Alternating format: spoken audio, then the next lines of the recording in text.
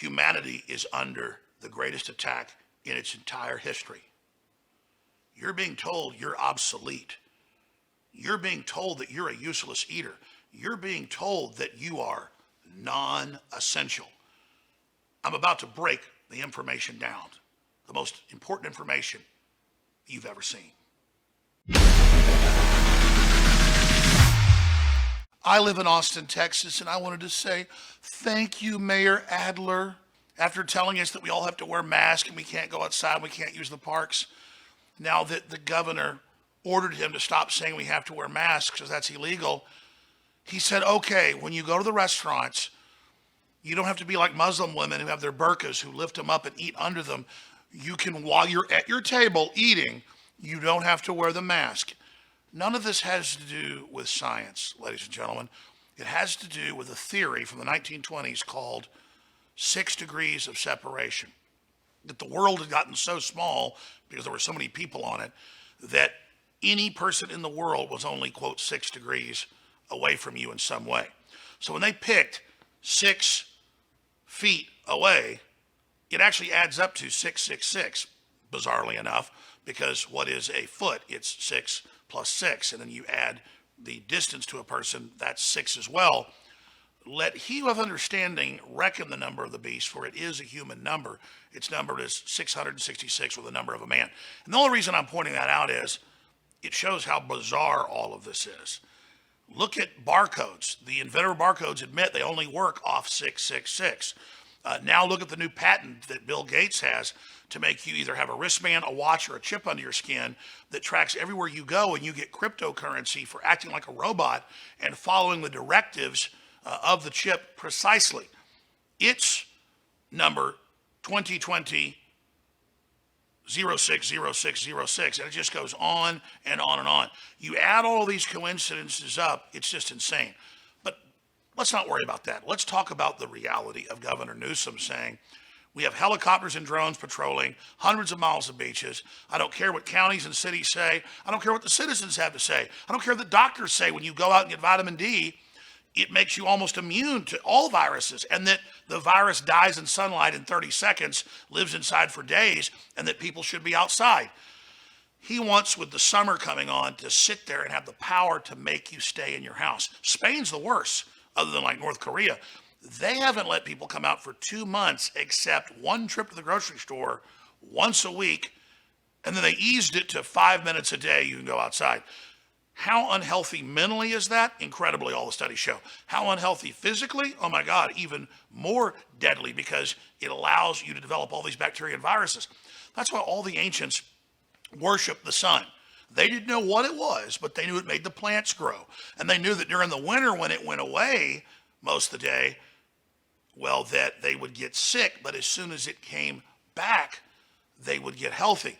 That's why the ancient German tribes took in an evergreen tree at the darkest time of the winter, Christmas, because all they knew was all the other trees died and they couldn't get food and they were starving. But this tree lived in the ice cold, freezing temperatures with only a few hours of sunlight a day. So they worshiped the evergreen tree.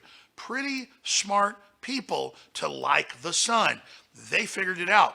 So why did even one of Obama's top advisors come out and say we should outlaw people saying the sun is good for you? These people are a weird cult, folks. We got to figure out exactly what they're up to.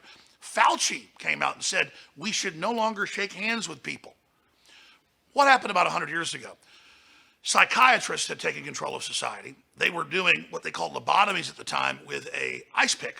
And the inventor of it would ride around in a truck, come up to a mental institution, and in front of college students, stick an ice pick in the side of the head of the temple, poke holes in the brain, and then the person that was causing problems would drool for the rest of their lives. It was no longer a problem. And at the same time that the psychiatrists were telling us in the 1920s and 30s that we should stick ice picks into mentally ill people's brains and give them electroshock therapy, these mad scientists were also saying babies should be fed formula, not get mother's milk. We should industrialize birth.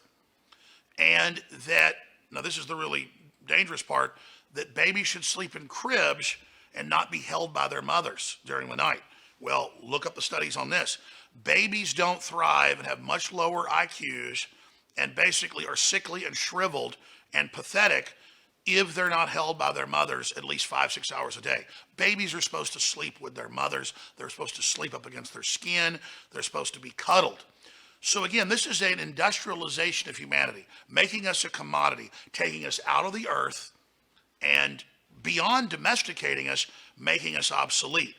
That's why I harp on Aldous Huxley, who wrote the best-selling world superseller Brave New World in 1932, describing a scientific elite by the year 2020 taking control of humanity and children being born in hatcheries and being taken by the state and programmed into different classes, different castes. That's what they're doing with COVID-19. That's what the whole stay in your houses are, you're non-essential system is. So here's the bottom line. When you see them say that someone's non-essential, they're saying, like the Nazis did, that you're a useless eater and that you need to be starved to death, you need to be killed. That's where the term non-essential comes from. So when your business or your farm or your children or you are called non-essential, you're being told you're subhuman, and that's a new class system being brought in to totally take control of you and your family and to teach you to accept incredible abuse. Oh, don't worry, we'll use all the proper words and we won't have microaggressions and we'll make sure we don't say boy and girl anymore. All these non-issue distractions, but your basic rights not to be surveilled, your basic rights not to be taken away in the night because you haven't taken the forced inoculation, your basic right to be able to live and have a job and be seen as essential is gone. This is a tyrannical, authoritarian, eugenics-based, post-human revolution being launched. But we weren't adopting their AI. We weren't adopting their driverless cars. We weren't adopting their systems of control. We were rejecting castrating our sons because it's trendy. We were rejecting because our daughters like the color blue or sports, telling them that they were boys. We were rejecting this post-human world that the NWO admits they're setting up. So now they're cutting off industry, cutting off the oil, cutting off the jobs, and trying to force the train to jump the tracks onto their dehumanization program. But if we spread the word and expose what's happening, they're going to fail. Almost everyone I know who is going along with this, because Americans and others will give up some rights and freedoms if they believe it's for a good cause for a while. Maybe it's really deadly. Maybe I'm going to help somebody. But now that they see that 2 weeks turns into 2 months, turns into 2 years, turns into a permanent emergency, that this was a pre-crafted power grab by the very same big medical foundations that ran the Wuhan lab with Fauci and Bill Gates, people understand it's a scam and are getting really, really angry. And there's beginning to be a giant backlash. So as horrifying as all of this is, and it is, remember that your voice now more than ever is powerful. That when you see people wearing masks and people social distancing and people buying into this, you explain to them it's a power grab and dog training, and that the UN admits 135 million people, 100 plus times what are going to die from COVID-19, are currently starving to death, 300,000 a day because of this. And I'll leave you with the UN Food Program Director admitting this. And he's a perfect example of compartmentalization. He means well. He's trying to get food and money to save people that the lockdown is killing. COVID-19 isn't killing them. The hysteria and the lockdown is. Here's the report, and then I hope you do the right thing and spread the word, because if you don't, nobody will. There are a further 135 million people facing crisis levels of hunger or worse. That means 135 million people on Earth are marching toward the brink of starvation. An additional 130 million people could be pushed to the brink of starvation by the end of 2020. That's a total of 265 million people. Our analysis shows that 300,000 people could starve to death every single day over a 3-month period. Man,